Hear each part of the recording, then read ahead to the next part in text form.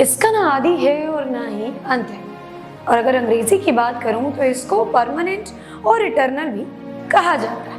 लेकिन वैदिक पुराणों की अगर माने तो उनके हिसाब से सनातन इकलौता धर्म है और सबसे पुराना भी, तकरीबन 90,000 वर्ष। लेकिन आज इसी सनातन धर्म की इज्जत करना तो बहुत दूर की बात, बल्कि इसकी धज्जियां उड़ाई जा रही हैं। किनके द्वारा? कुछ ऐसे महान अनुभव हैं हमारे हिंदुस्तान में जो खुद को इतना पढ़ा लिखा बताते हैं, जो कि एक तरफ तो मोहब्बत की दुकान खोलने की बात करते हैं, तो वहीं दूसरी तरफ सनातन को लेकर लोगों के मन में इतनी नफरत पैदा कर देते हैं कि लोग उनकी बातों में आ जाते हैं। अब मैं किस मुद्दे की बात कर रही हूँ उस पर आती हूँ। देखिए, दरअसल 2 सितंबर 2023 को तमिलनाडु के सीएम एम.के. स्टैलिन के बेटे उदयनिधि स्टैलिन ने लोगों को संबोधित करते हुए अपने मुंह से कुछ ऐसा जहर उगला कि सनातन धर्म की तुलना डेंगू, मलेरिया से कर दी। साथ ही ये भी कह दिया कि इसका विरोध नहीं करना है हम सबको, बल्कि इसको खत्म ही कर देना है। सोचिए, जिस सनातन धर्म से पूरे हिंदुस्तान की भावनाएं जुड़ी हुई हैं, उसी सनातन को लेकर उदयनिधि के ये बिगड़े हुए बोल निकले।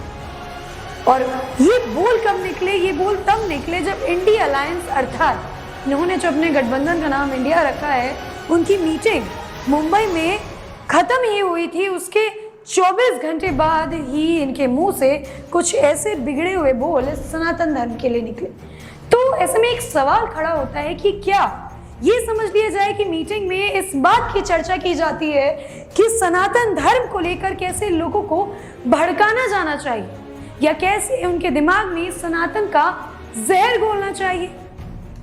लेकिन जब ये मुद्दा आया, गरमाया सामने, तो कांग्रेस और समाजवादी पार्टी के लोगों ने उदयनिधि के बयान से किनारा कर लिया।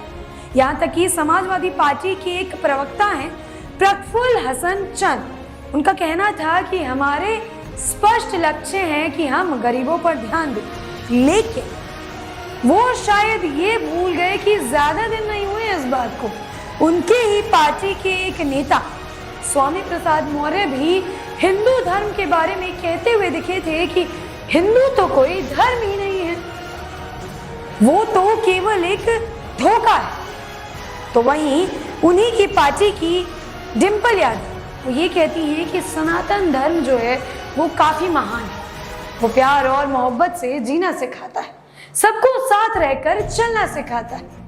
लेकिन देखने वाली बात तो ये है कि जो गठबंधन करके अपना नाम इंडिया अर्थात इंडिया अलायंस रख लेते हैं, वो जब उनके गठबंधन का नाम यूपीए था तब भी, और अब जब उनके गठबंधन का नाम इंडिया है तब भी काम वो एक ही कर रहे हैं कि उस समय भी वो एक ही धर्म के खिलाफ जहर उगलते थे और अब भी एक ही धर्म के लिए जहर उगलते हैं। साथ ही जिनको वो संबोधित करते हैं, आम लोगों को, उनको बरगलाने का काम करते हैं। अब बीजेपी का पलटवार सामने आया है। किस किस ने पलटवार किया है वो बताती हूँ। गृह मंत्री अमित शाह का कहना था, जब उन्होंने स्टैलिन की ये स्टेटमेंट सुनी तो उन्होंने कहा कि इन लोगों ने वोट बैंक की और तुष्टीकरण की राजनीति करने के लिए सनातन धर्म को समाप्त करने की बात की। हमारी संस्कृति, हमारे इतिहास, हमारे सनातन धर्म का अपमान किया। उसके बाद बीजेपी के राष्ट्रीय अध्यक्ष जेपी नड्डा ने कहा कि उदयनिधि स्टैलिन ऐसे बयान देने में झिझकते भी नहीं। क्या उदयनिधि का बयान इंडिया गठबंधन की राजनीतिक रणनीति का हिस्सा है?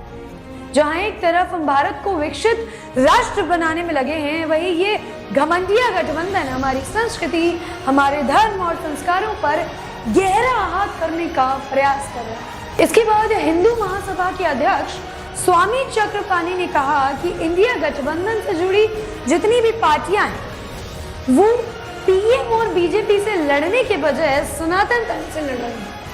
और कहीं भी क्यों ना, क्योंकि लगातार पिछले दिनों में देखा गया कि चाहे वो स्वामी प्रसाद मौर्य हो, चाहे स्टैलिन हो, लगातार हिंदू धर्म पर और सनातन पर वार करते आए हैं। इसके बाद बीजेपी सांसद सुधांशु त्रिवेदी ने आरोप लगाया कि ये कोई आइसोलेशन में दिया गया बयान नहीं है, बल्कि मुंबई में इंडिया गठबंधन की बैठक की ठीक 24 घंटे बाद उन्होंने ये बयान दिया। इस पर अच्छी तरह से विचार किया गया था। सुधांशु त्रिवेदी पूछते हैं कि उदयनिधि को ये पेपर में लिखकर दिया किसने था, क्योंकि वो जो भाषण पढ़ रहे थे वो पेपर में लिखा हुआ था। साथ ही आगे वो ये कहते हैं कि इसमें इंडिया गठबंधन की क्या भूमिका है, क्योंकि सवाल पूछना लाजमी है।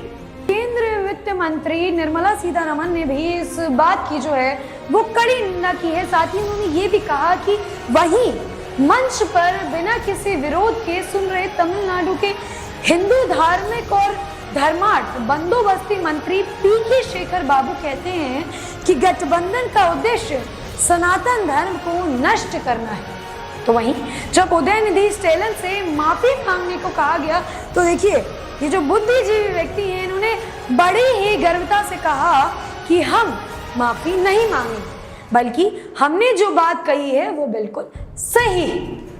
अब ये जो इंडी अलायंस है, इन्होंने जो भी बातें पिछले दिनों में बार बार कही गई है उनसे घिरे जा रहे हैं, जिसके बाद बीजेपी भी इन पर पलटवार कर रही है। लेकिन ऐसे में देखना यह है कि चुनाव नजदीक हैं 8 महीने बाद, तो बड़ा सवाल ये खड़ा होता है कि पहले या तो ये इन्हीं बड़बोलेपन से निपट लें या तो ये चुनाव की ही तैयारी कर लें। समझ ही नहीं आता है कि ये अपने जो बोलते हैं उनसे निपटेंगे या चुनाव की तैयारी करेंगे। तो देखना आगे ये होगा कि स्टेलन माफी मांगते हैं कि नहीं। देखना ये होगा कि इनका जो ये लगातार वार है हिंदू धर्म पर या सनातन पर वो रुकेगा कि नहीं। साथ ही बीजेपी इन पर कब तक दबदबा बनाएगी वो भी देखना होगा और रोमांचक होगा, क्योंकि चुनाव नजदीक है और इनके बोल जो हैं वो रुक नहीं रहे हैं। बहरहाल अभी के लिए मुझे इजाजत दीजिए, अगली बार जो भी अपडेट होगा वो आपको मैं अवश्य दूंगी। बहुत बहुत धन्यवाद। जय हिंद, जय भारत।